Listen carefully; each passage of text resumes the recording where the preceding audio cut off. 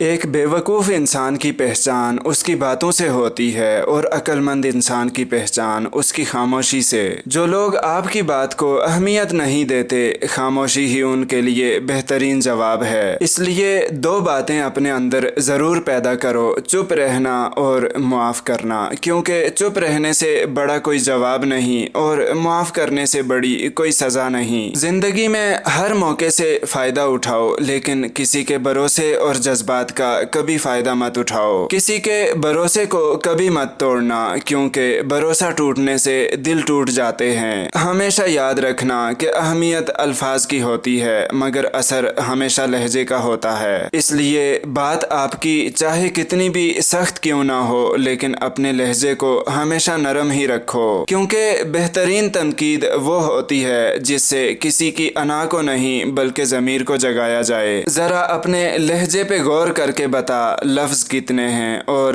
تیر کتنے۔ دوستو، دل بڑا کیجئے، باتیں تو ہر کوئی بڑی کر لیتا ہے۔ جو لوگ اپنی زندگی میں خود سے زیادہ دوسروں کی فکر میں رہتے ہیں، وہ لوگ اکثر اپنی زندگی میں اکیلے رہ جاتے ہیں۔ اس لیے دوسروں کے بارے میں سوچنے سے پہلے اپنے بارے میں سوچنا سیکھو، کیونکہ ڈوبتے ہوئے کو وہی بچا سکتا ہے جس کو خود تیرنا آتا ہو۔ ایماندار ضرور بنو، پر اپنے آپ کو استعمال مت ہونے دو۔ لوگوں سے پیار ضرور کرو، پر اپنے آپ کو ٹھیس مت لگنے دو۔ دوسروں کی بات ضرور سنو، پر اپنی آواز کو کہیں کھونے مت دو۔ دوسروں کا ہمیشہ بھلا چاہو، پر اپنا برا کسی کو کرنے نہ دو۔ دوستو، دوسروں کی جیت میں آپ کا ہاتھ ضرور ہو، پر اپنی جیت کی طرف کسی کا ہاتھ بڑھنے نہ دو۔ جو لوگ آپ کے ہیں وہ ہر حال میں آپ کے ہی رہیں گے، کیونکہ جنہوں نے جانا ہوتا ہے وہ بے وجہ بھی چلے جاتے ہیں، اور جنہوں نے نبھانا ہوتا ہے وہ بے وجہ بھی نبھاتے ہیں۔ اس لیے جہاں آپ کی عزت نہ ہو وہاں مت جائیے، چاہے وہاں کھانا سونے کی پلیٹ میں اور